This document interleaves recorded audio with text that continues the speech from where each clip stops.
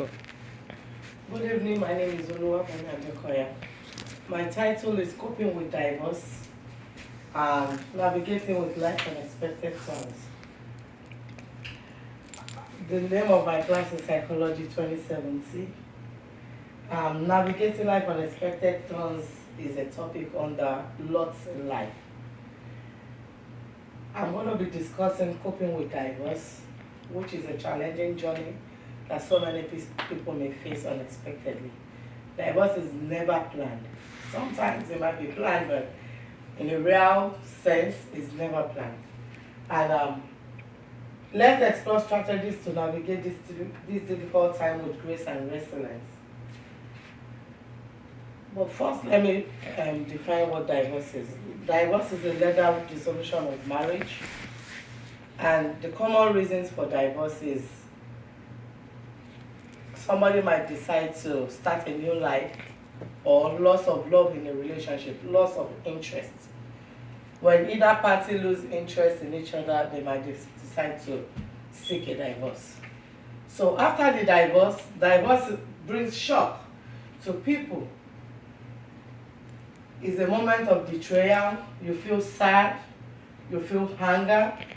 Those are the ways divorce affects your emotions. Another impact of divorce is loss of identity. You lose your identity. It could be your title, it could be your status. So that change to some people is very hard for them to adjust. So I'm going to tell you some of the ways you can cope. The major way you can cope with divorce is seeking help. You can seek support from your friends, from your family, and from professionals.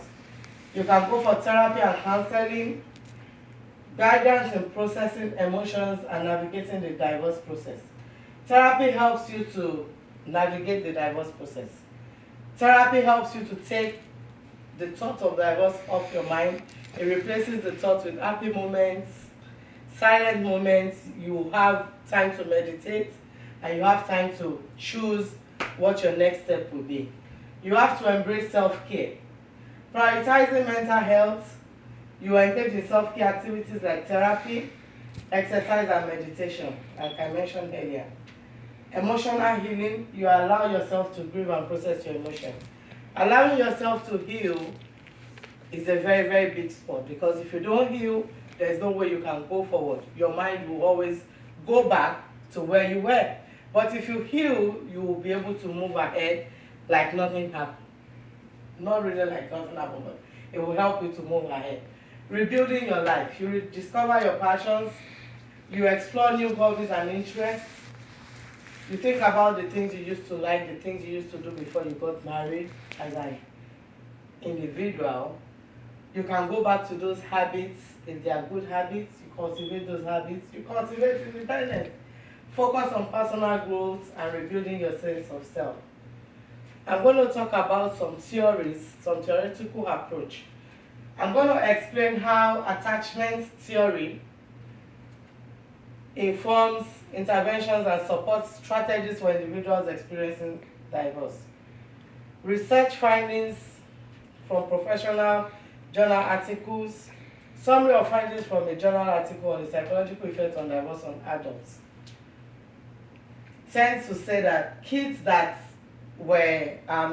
relationships are always affected from childhood. Kids that had parents that really didn't tend to them when they were young, kids that were deprived of the necessities when they were young, they find it hard to build relationships or keep relationships when they grow. So we have legal considerations as part of the coping skills after a divorce. You have to seek legal advice, of course. You have to understand your rights and your options during the divorce process. You have to get your financial planning, know what to stand to gain, know what you lose after the divorce, so that you'll be able to project your future financially. You have to find strength in yourself. You have to acknowledge your inner strength and capacity to overcome challenge, because when you are going through a divorce, even though you need the support of people, you have to develop your own self, because it is something that affects you and only you. Yourself, maybe your family, your kids, but you are the major key in the divorce. And then you have to develop hope for your future. You have to believe in a possible new beginning, probably maybe getting a new relationship, starting a new family, or just loving yourself and your family. Then conclusion. Remember, divorce is a difficult journey, but you are never alone. You have a lot of resources you can go to. You have a lot of people you can seek support from, like your friends, your family, your church members. You can decide to enroll in the community, volunteering societies. You can decide to enroll or join groups or clubs that you know will help you become stronger and wiser. Thank you for joining us. Thanks for listening to the presentation.